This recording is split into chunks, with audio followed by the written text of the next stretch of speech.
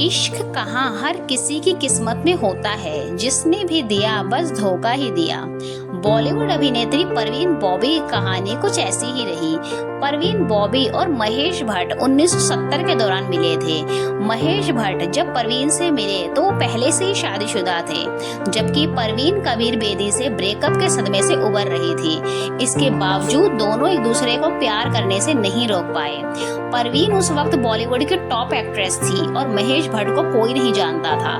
दोनों का प्यार परवान चढ़ा और दोनों ने लिव इन में रहना शुरू कर दिया। महेश भट्ट ने अपने एक इंटरव्यू में बताया कि जब दोनों साथ होते तो स्टारडम के लिए कोई जगह ना होती।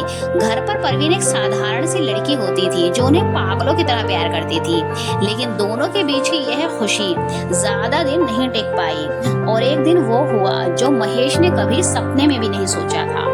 महेश भट्ट जब परवीन से मिलने एक दिन उनके घर पहुंचे तो परवीन शूटिंग के कपड़ों में घर के कोने में चाकू लेकर बैठी थी और कह रही थी कि लोग उन्हें मारना चाहते हैं। दरअसल परवीन सिक्सोफ्रेनिया नाम की बीमारी से जूझ रही थी। उन्हें बार बार अटैक आने लगे। उनकी फिल्मों की शूटिंग बीच में ही रुकने लगी। धीरे धीरे महेश को यह एहसास हुआ कि उन्हें अपनी पत्नी के पास वापस लौट जाना चाहिए। ऐसे ही एक दिन दोनों के बीच जोरदार बहस हुई। महेश जब घर छोड़कर जाने लगे तो परवीन उनके पीछे दौड़ी।